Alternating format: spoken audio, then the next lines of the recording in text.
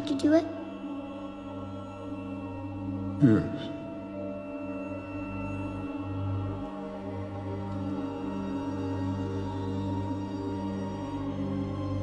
What did it cost? Everything. Well, technically not everything. I did keep a few of my best cards, including the card that I think is the best card I own still, which is the Seismic Gold PSA 10 auto. But yeah, the Young Guns High Gloss, this was like my number one want in the hobby. Like, if I won a large sum of money, this is the first card I was going to buy.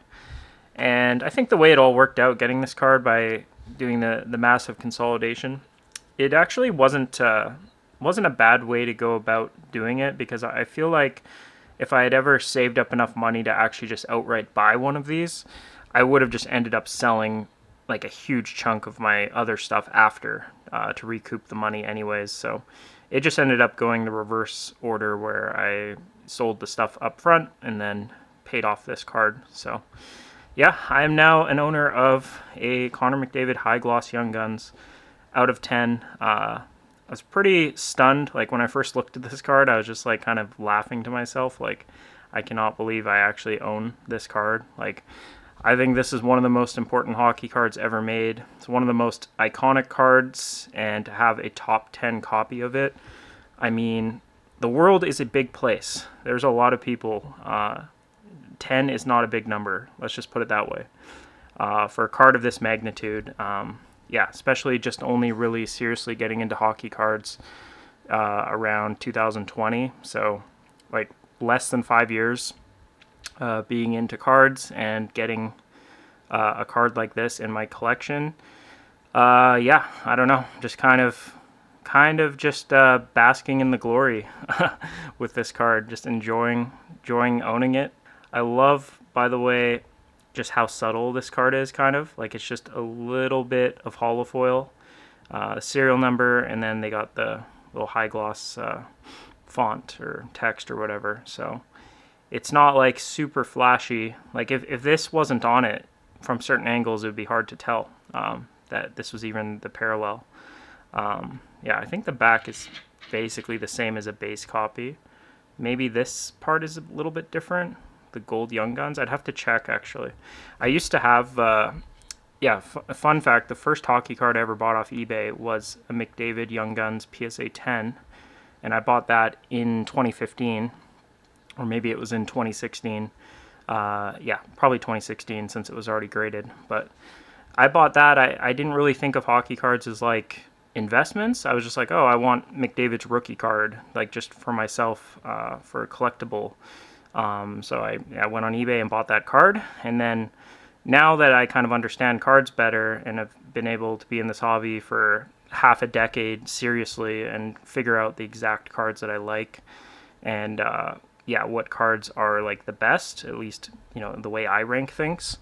Yeah, to come full circle and to get this card, one of the 10 best copies of the High Gloss. I wouldn't have even known this card existed back in 2016 when I bought the PSA 10. So yeah, it's just kind of a cool full circle moment. Then as for the BGS 9, I was actually enjoying the fact that my PC was 100% PSA cards. You can see the subgrades here. This one's 9.5 centering, 9 corners, 8.5 edges, 9.5 surface. But I was looking at this card. This card is in really good condition. Like, you can see the corners are really nice. Edges are nice. Yeah, I mean, this should definitely cross to a PSA 9, but will I try to cross it? Definitely not putting it in the mail, so it would have to be another card show thing. And I'm just not sure I want to travel to a card show just for this. If PSA does on-site grading at like the Vancouver card show, I would definitely go to that show and try to cross this. But I don't know, would I want to cross this into a PSA 8? Because PSA is grading so weird recently. Like, I could see them just not crossing over a BGS 9 to a PSA 9 just out of spite, and I'm not going to crack this card out. So if they would not do minimum grade 9, I'm not sure if I'd want to cross it, because yeah, I don't know, I'd prefer it in a PSA 8, but I'm not sure if the value would probably drop a little bit, and then if I ever had to move this card or something, that would kind of suck to take a value hit on it. Plus, it would cost a couple $1,000s to do that crossover. Like for expensive cards like this, it's really expensive to put them in a PSA slab. So we'll see. I would prefer it in a PSA 9, but yeah, honestly, I might just have to accept a Beckett card in my collection. Yeah, because I just don't know if I want to pay to have it go to a PSA 8. For a PSA 9, yeah, that's a no-brainer, because then definitely the value would at least stay the same, but probably go up. But yeah. By the way, now with what I do have left in my PC, this is probably the more movable card of the cards I have, because the Seismic Gold I have is a Pop 2 PSA 10. I've never seen the other copy, so like that card to me is not really sellable, because I just think it's not like a 1-of-1, but it'd be very hard to ever get that card back. The High Gloss is probably the most liquid card that I own now, and it's crazy to think that because it's numbered out of 10. But yeah, the other two cards I have are both 1-of-1 parallels, so if I ever needed emergency money or something, this would be the card I would end up moving. So that's why I'd be a little bit hesitant about, cracking it or doing a crossover or whatever. But either way, it's all about the card with this one. Like the grade was, I already mentioned in my video, I actually wanted the card to be in lower grade just so I could actually get it for a reasonable price. Doesn't make sense to me, like, to pay an extra $50,000 for this to be a 9.5, especially because I was looking at some of the 9.5s, and I genuinely think this BGS 9 is better looking. Like the back, the edges and stuff are actually better on this than the 9.5s I've seen, especially one of the 9.5s that's sold on Golden. I think the front of this card and the back look significantly better condition. So yeah, part of the reason I wanted it was because of the grade that it was in. But yeah, I mean, that's pretty much it for the video. I just wanted to share the card here while I have it in hand. And yeah, just feeling very satisfied right now. Like the amount of FOMO I had for this card was really high, because this is the sort of card that it didn't really explode in price the way some of the other McDavid stuff did, like his best high-end cards. Like rookie patch autos, I saw those run up a bunch. And this was the card I wanted the most, because it's numbered to 10. It's his most iconic rookie card. It's his flagship rookie. And I just love cards like this. Like, I don't need patches or autos on cards, even though I do love a lot of cards that have those. But it's more about the card than it is about like the bells and whistles or whatever. So just to get this card and know that I have this card, like, and I don't have to worry about the McDavid High Gloss Young Guns ever again. I mean, it's just unbelievably satisfying feeling. And the other cards I want of him now, I'm not feeling nearly as pressured to get. I feel like I can take my time and go after those cards.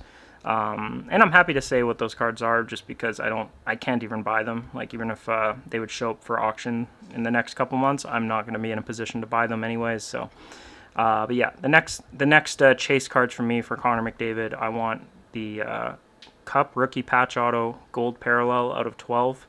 The recent sale of that was 96,000 USD for BGS 9, something like that. So that, I mean, that's crazy to me. Like, not crazy like it's too high priced, but the fact that that cost way more than this card is crazy, because I would not trade this for a gold RPA straight up if like the option was just holding onto the card for my collection.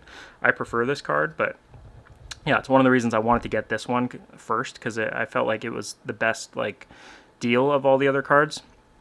But yeah, the gold RPA, that's the next one I want. And the Future Watch Auto Black Gold Ink Parallel, which might be the rarest of all his like high-end cards, because I've only seen it sell one time.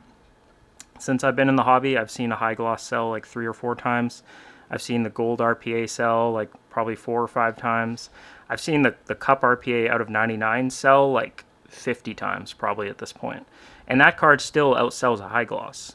So yeah, like the Cup RPA to 99 was not, that was a card I wanted pretty badly right away. And then once I started realizing how like frequently those transact, yeah, I don't feel like a rush to try to get one of those. And if I ever do, I want to get the gold number to 12 parallel, because I think it's just nicer looking and it's like 8 times more rare and just cooler card. So yeah, and then in terms of stuff that isn't rookie year, I just want 1-of-1 parallels of my favorite sets, like OPG Platinum, Outburst Golds, PMG gold, maybe. Haven't fully decided if I want all those. It depends what year, I guess.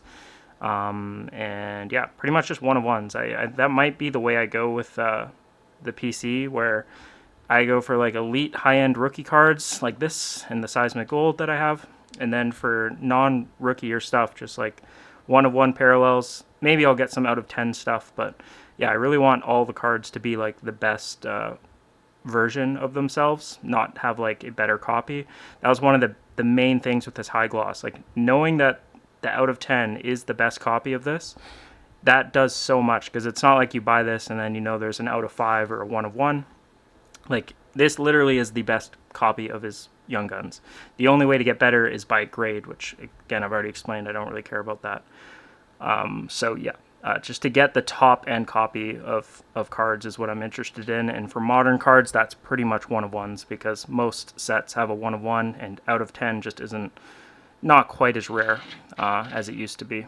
All right, and lastly here, I just want to give a shout out to Slab Sharks for even giving me the opportunity to get this card in the first place by having it, and having that offering where you could use co-signment to pay off a huge grail card like this. Yeah, I'm just really thankful that they even had this offering, so it was even a possibility for me to do something like this. And as far as the entire process, they were just 100% professional, and everything was top notch. The website, just for tracking everything and knowing when your shipments that, when you send them the cards, when they received it, and they listed everything very quickly. They would reply to DMs like within like 20 minutes most of the time. So yeah, the communication, everything, the website, it was all just A+. So yeah, if anyone out there is considering doing something similar, I would not hesitate at all. Slab Sharks. The whole process was just amazing. Even from when we agreed to do the deal, they gave me like a insured shipping label that same day, so I could get the cards sent to them the next day and not have any stress about that, having the cards in the mail. And then for getting this card, they actually mailed this out to me before the debt was even technically paid off. I still owed a couple $1,000s on this, which I had some cards this week that would have paid it off, but still, technically it wasn't even paid yet, and they just sent the card ahead of time. So yeah, just want to say thanks to them for everything. And that's going to be it for the video. So I'll see you guys in the next one.